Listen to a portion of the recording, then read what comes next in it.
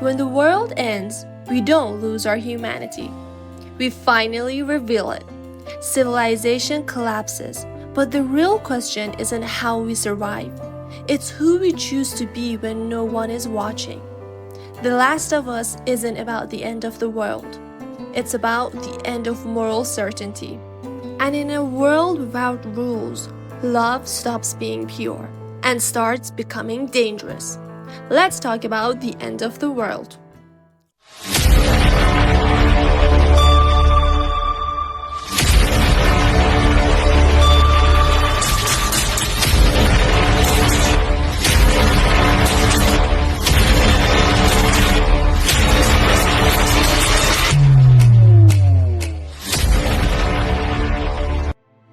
"20 years ago, the world didn't end with a bang or a flash of light.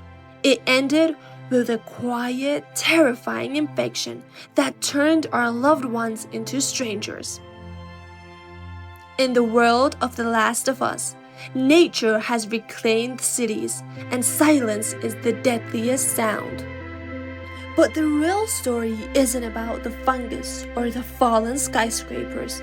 It's about the leftovers. Those of us who survived only to realize that surviving and living are two very different things. It's a world where hope is dangerous luxury, and the greatest threat isn't the monsters hiding in the dark, but the emptiness we carry in our hearts. At the heart of this wasteland, there's a bond that shouldn't exist. Joel is a man who stopped living 20 years ago. He is just a smuggler who sees Ellie as nothing more than a cargo. He builds a wall around his soul to make sure he never feels the pain of loss again. But Ellie, she is the light that cracks his armor. Their chemistry isn't just about survival. It's about a man who finds his purpose again and a girl who finds a home in the middle of hell. Watching Joel transform from a cold survivor into a fierce protector is the most painful and beautiful thing about this story. He didn't just save her, she brought him back to life. What exactly made The Last of Us a global phenomenon? It's more than just a survival story. Here are 4 reasons why this show redefined the genre. Number 1. The masterclass of silence. Most horror shows try to scare you with loud noises and constant action. But The Last of Us understands that true terror lives in the quiet moments. The creators use silence as a canvas to paint the world's loneliness. When the music fades and all you hear is the wind blowing through a deserted city or Joel's heavy breathing, you feel the weight of 20 years of loss. This silence isn't empty. It's heavy with the grief of billions of souls.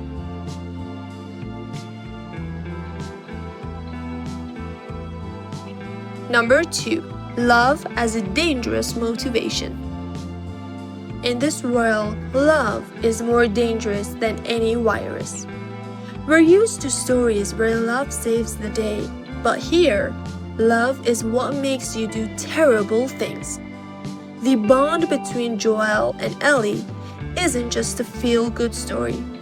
It's the study of how a broken father's love can turn into a violent obsession to protect what's left.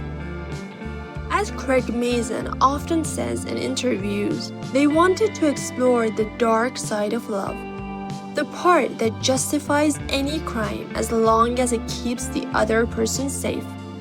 That's why we cried. We weren't just watching a rescue mission. We were watching 2 souls desperately trying to heal each other in the cruelest way possible. The haunting beauty of the apocalypse. Visual storytelling is where this show truly shines. Instead of the usual gray and muddy apocalypse, we see a world where nature has reclaimed its throne. The cinematography shows us that the world doesn't need us to be beautiful. The contrast between the vibrant green vines and the decaying concrete of human civilization creates a sense of melancholic beauty. Cordyceps isn't just a monster, it's a biological takeover. This visual direction makes the viewers feel a strange sense of peace mixed with horror, keeping us mesmerized by a world that has moved on from humanity. Number 4. Redefining the adaptation standard. For years, there was a curse on video game movies, but The Last of Us broke it by focusing on the characters instead of the mechanics. It didn't try to mimic the game's combat, it expanded the game's heart by dedicating entire episodes to side characters like the masterpiece that was Bill and Frank's story. The show proved that these weren't just NPCs, they were humans with lives, dreams, and tragedies. It set a new bar for television, proving that a game story could be just as prestigious and emotionally complex as the greatest works of literature.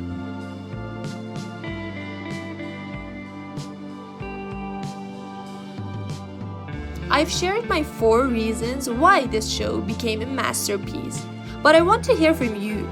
Was it the music that got to you, or a specific episode that broke your heart? If you have another reason why this show is so special, drop it in the comments below. Let's discuss.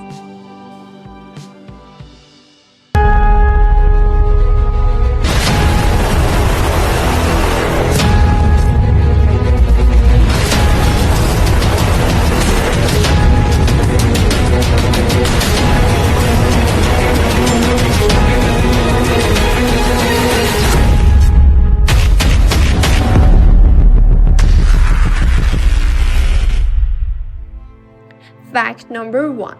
The fungus in the show is 100% real. The cordyceps actually exists and it hijacks the brain of ants, turning them into real-life zombies. But here's the scary part. During production, the creators consulted with real mycologists to see if it could ever evolve to infect humans. The answer? Climate change is making it more possible than we think. That's why the opening scene of the show in the 60s talk show felt so chilling. It was based on actual scientific warnings. Fact number 2. Most of what you saw wasn't CGI. The clickers weren't just computer-generated monsters. They were real actors in prosthetics. One lead actor, Barry Gower, who also worked on Stranger Things and Game of Thrones, spent up to 8 hours daily applying layers of foam and latex to the actors. The bloater suit alone weighed over 40 kilograms. The actors were told not to look at themselves in the mirror because it was too psychologically disturbing. Fact number 3. There was a secret ban on set. Both Pedro Pascal and Bella Ramsey were actually told not to play the video game before filming. The directors didn't want them to just copy the original characters' movements and voices. They wanted them to find their own version of Joel and Ellie. Pedro later admitted he tried to play it anyway, but he was so bad at it that he had to ask his nephew to play while he just watched. Fact number 4. The internet can be a cruel place. When Bella Ramsey was first announced as Ellie, she faced a massive wave of hate because she didn't look like the character in the game. The backlash was so intense that Bella admitted she started doubting herself. But after the first episode aired, the haters went silent. Her performance was so powerful that even the original game's creator said he couldn't imagine anyone else as Ellie. It's a huge lesson in why you should never judge a book or a character by its cover. fact number 5. HBO didn't hold back. This was actually the largest production in Canadian history, with a budget of over $100 million. In some scenes, they literally built entire town squares from scratch just to destroy them later. To create the abandoned look, they had to bring in tons of real dirt, dead trees, and vines to cover real street in Calgary. They even hired a specialized team just to make sure the dust in the air looked exactly like fungal spores.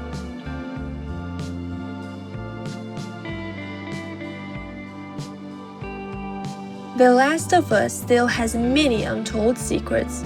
Our team spent days on research to bring you the deepest analysis. If you learned something new or know a secret I missed, tell me in the comments. And if you value this work, please subscribe. It's a simple click for you, but a massive support for us.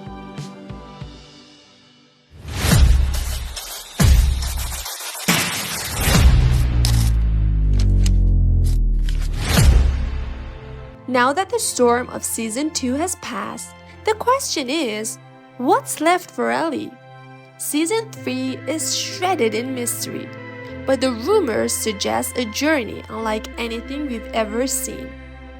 Is a cure still possible, or is Ellie truly alone in the dark? With Season 2 officially wrapped, HBO has confirmed that Season 3 is in early development. Given the massive scale of the Part 3 story that Neil Druckmann is reportedly writing, we likely won't see the premiere until early 2027. They are waiting for the storyline of the next game to fully align with the series. A major theory circulating among fans is that Season 3 will focus on Abby and Lev finding the reformed Fireflies. But the real twist? Ellie might seek them out too, not for revenge this time, but for redemption. Many believe the series will end where it started, with the impossible choice of a cure. A chilling theory suggests that Season 3 won't just be about the cure, but about the cycle of violence Joel started. We might see new enemies rising from the ruins of Salt Lake City, haunting Ellie for what Joel did. The twist? Ellie might have to face her greatest fear, becoming exactly like Joel to survive. It's not just a fight for a cure, it's a fight for her soul. Insiders suggest a significant time jump for Season 3. We might see an older, more wiser Ellie.